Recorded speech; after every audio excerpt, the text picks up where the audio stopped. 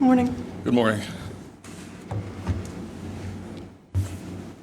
What's your name? Joseph Ferlazzo?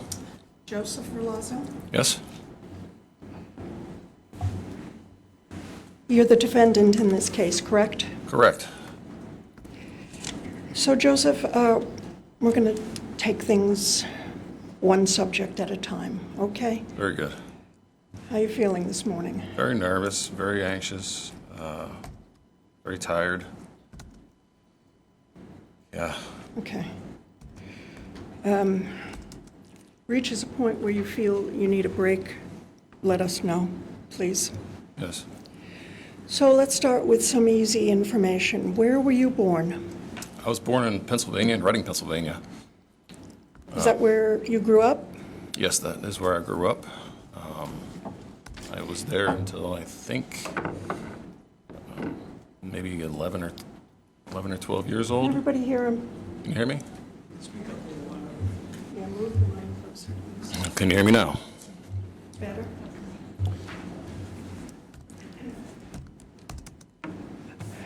When did you move to Vermont? I moved to Vermont in 2012. Were you working as a tattoo artist at that time? Yes, I was. When did you meet Emily? I met Emily in 2018. And to be clear, we're talking about Emily Ferlazzo, who was your wife, right? Yes. How did you meet her? Well, I had initially met her through her friend Lauren. I can't remember her last name. Lauren. Lauren. Yes. What were the circumstances? The circumstances were I was teaching Lauren. She was serving a piercing apprenticeship. She was apprenticing to be a body piercer. And you were giving her lessons on Right. how to do that? That's correct. Yes, she was. She was apprenticing under me to learn how to do all body piercings. And was Emily with her? So when Lauren was preparing to start working with clients, she had a sort of a nervous disposition, and it made it so that she was very shaky. And she looked visually like just to see her, she looked like uncomfortable holding a needle. It was a very shaky hand, and I was like telling her how working with the shop's clientele wasn't going to happen until she was more comfortable. So I suggested to have some friends, people that she was more comfortable around, and What do you mean? in hopes that she would stop shaking and would be able to do a nice, steady, precise piercing. So let me make sure I understand what you just said. Yeah. Were you suggesting to her that she do a piercing on somebody she knew? Exactly, yes, a close friend or someone that she felt comfortable with. So Okay. And who was that person? it was Emily. And that's how you first met her? That's how I first met her, yes. And did you have any kind of extended conversation with Emily at that point? In the beginning of the piercing procedures, it was all business. Really just instructing Lauren where to mark, how to prep the skin, things to look for. My conversation with Emily didn't occur until after all of the piercings had been completed, and then the mood sort of changed a bit. It was a little more relaxed, and everyone could just sort of like chop it up, just chat with each other. And we had started talking, and she was awesome. So we talked for a while, and when she left, I made a comment to Lauren. I said that I was like, that friend of yours is something special. I said I wouldn't mind making her my next ex-wife. Lauren laughed. You didn't start dating her at that point, did you? No. I think she was seeing somebody else, and I was seeing somebody else. but we definitely hit it off. Okay. So how did it come about that you met Emily again? I had moved to Maine for a little while in 2019.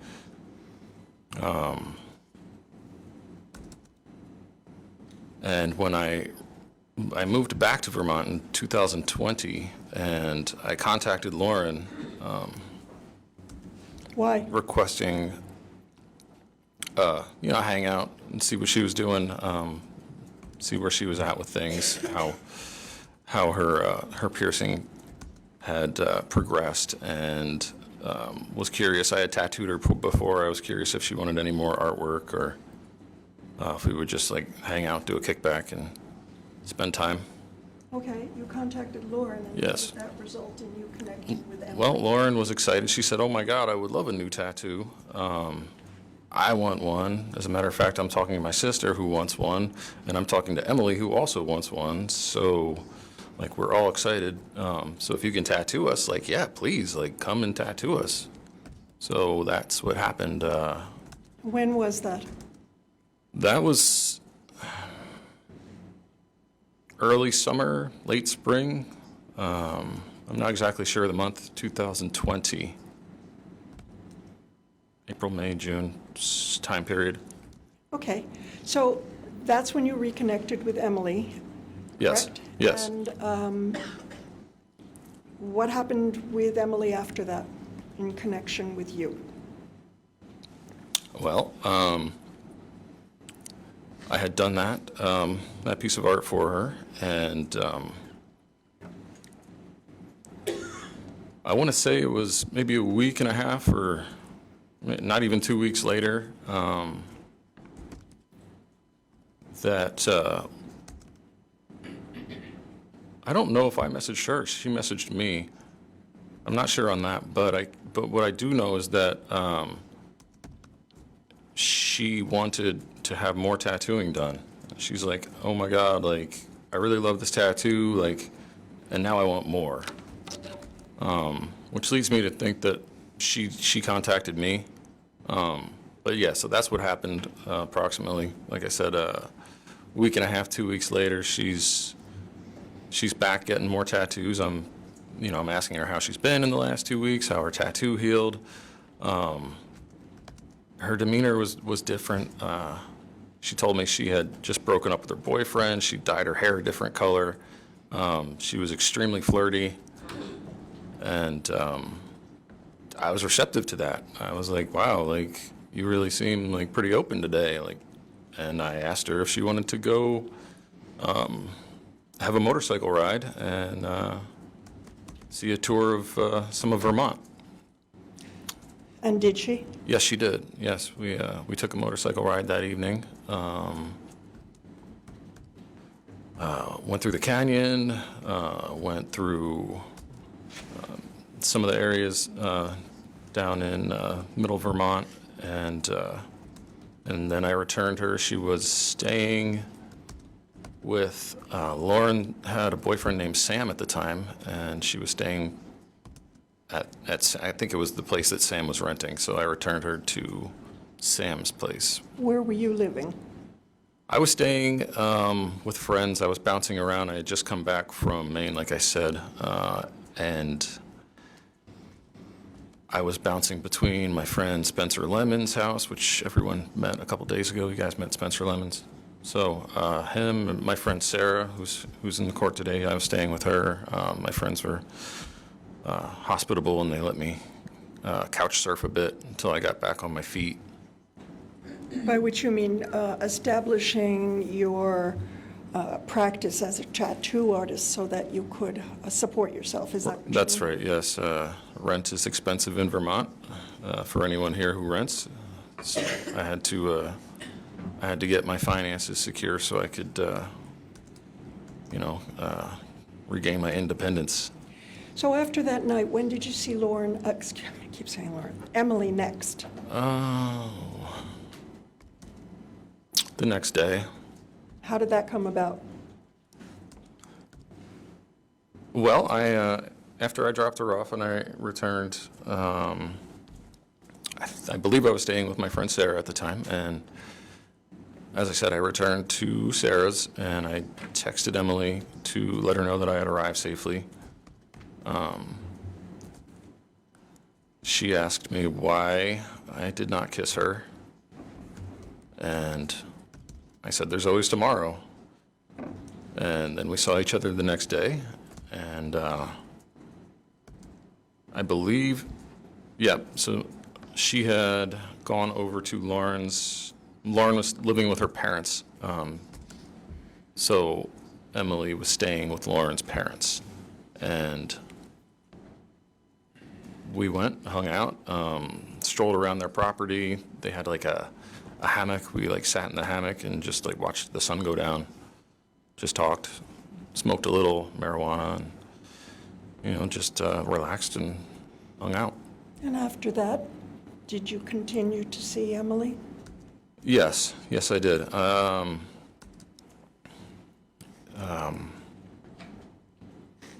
Almost every day, almost every single day for the rest of, well, yeah, the whole rest of the summer. You know, technically Emily was living in New Hampshire with her parents, but she would visit Vermont, like I said, almost every single day. So she would either stay with Lauren or Sam, or she would get a hotel room, or she would stay with me if I would be staying at my friend Spencer's house. So the rest of the summer we were together. You were together. Yeah, it was very magnetic. Like we were stuck to each other. Magnetic? Magnetic. And how would you describe your relationship besides magnetic? Euphoric. You were happy? I was happy. Why? We just clicked. I feel like we were both just kind of traveling the same wavelength. So she's was a good bit younger than you, right? That is correct. Did the age difference ever become an issue in your relationship? If it was an issue, it was really just two onlookers, our friends, some of our friends had opinions about relationships with an age difference. But to me personally, no, I did not have an issue. We got along very well, and you know, I just told my friends, like, it is what it is. Like, it's going good, so. Everything was good. Right. And did there come a point where you and Emily decided to get married? Yes. How yes. did that happen? Well, that happened at the end of the summer. I want to say it was somewhere around August. There was finally enough money in the account to afford first, last, and security, and we found an apartment. Actually, she found the apartment. We were looking at several places, and then she had just, out of happenstance, just found an ad that was recently put on. She called the number. The guy was like, actually there. He's like, I'm here right now. Just come over right now. We just sort of fell into it, and we liked the place. And I said, you know, if you lived in Vermont, you know, we could definitely see each other a lot more. You know, you wouldn't have to travel back and forth to New Hampshire. And she jumped at it. So we moved in together in August. The place was in Essex. And then I want to say it was maybe a month into living there. It was like September.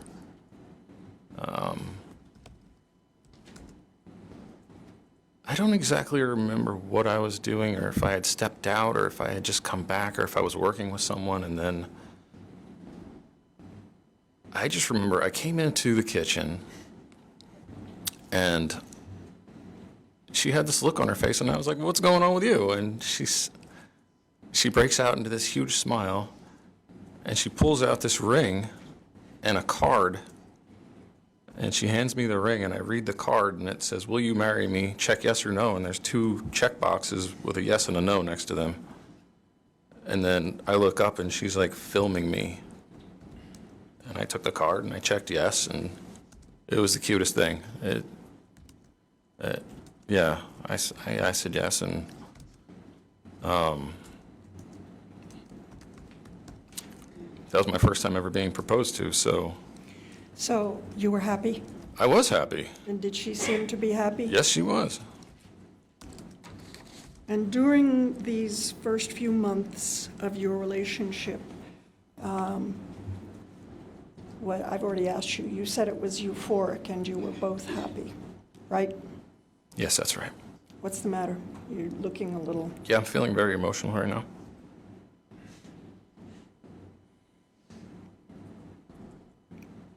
What's bothering you? I miss her.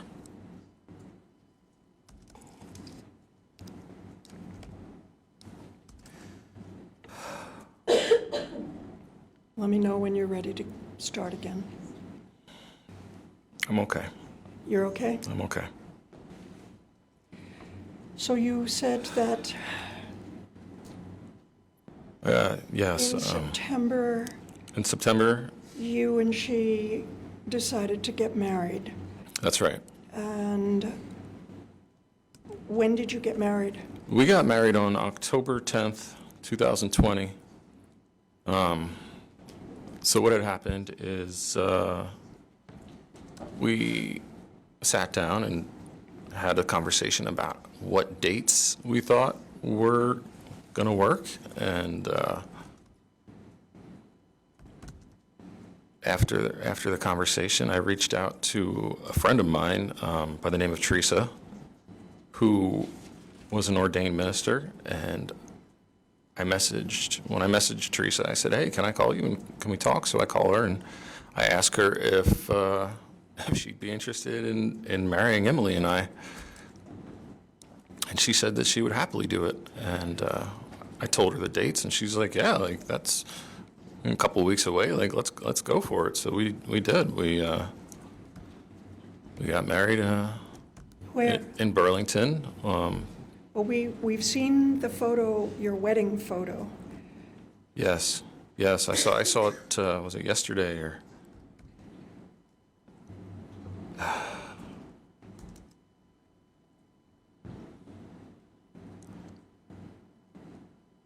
Since all this happened, I haven't been able to remember her. And that was like one of the first times that I saw that picture, and How did it make you feel? it hit hard. But yeah, Why did it hit you so hard? we were so happy, and you know, you had said something to me the other day about our lives have a trajectory, and standing on that dock. Your Honor, I'm going to object. This is a non-responsive answer. I'm going to allow it. Thank you. You can, standing on that... Yeah, dock. standing on that dock and looking at where I am now, like, it just makes me very emotional. Well, what emotions does it arouse in you? Sadness and depression and just pain, heartache. Yeah. Okay.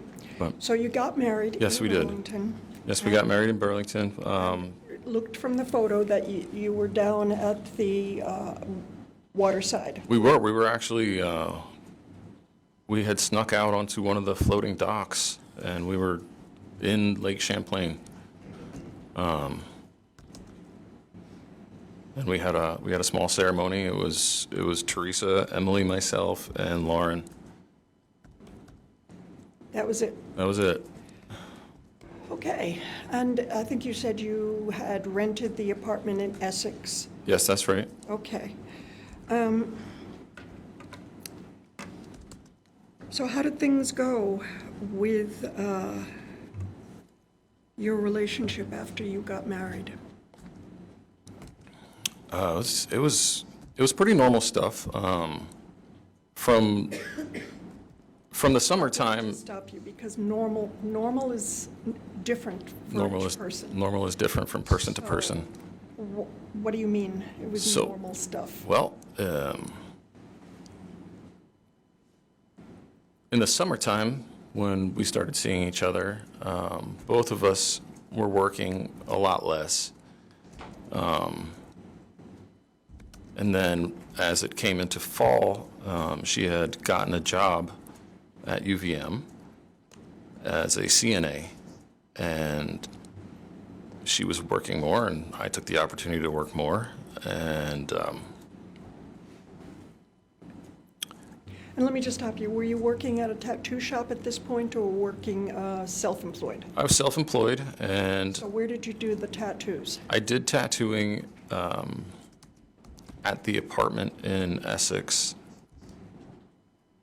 It was very large, and one of the rooms had lots of big windows, so it was a great room to set up as a studio.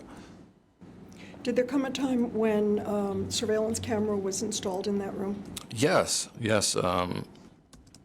After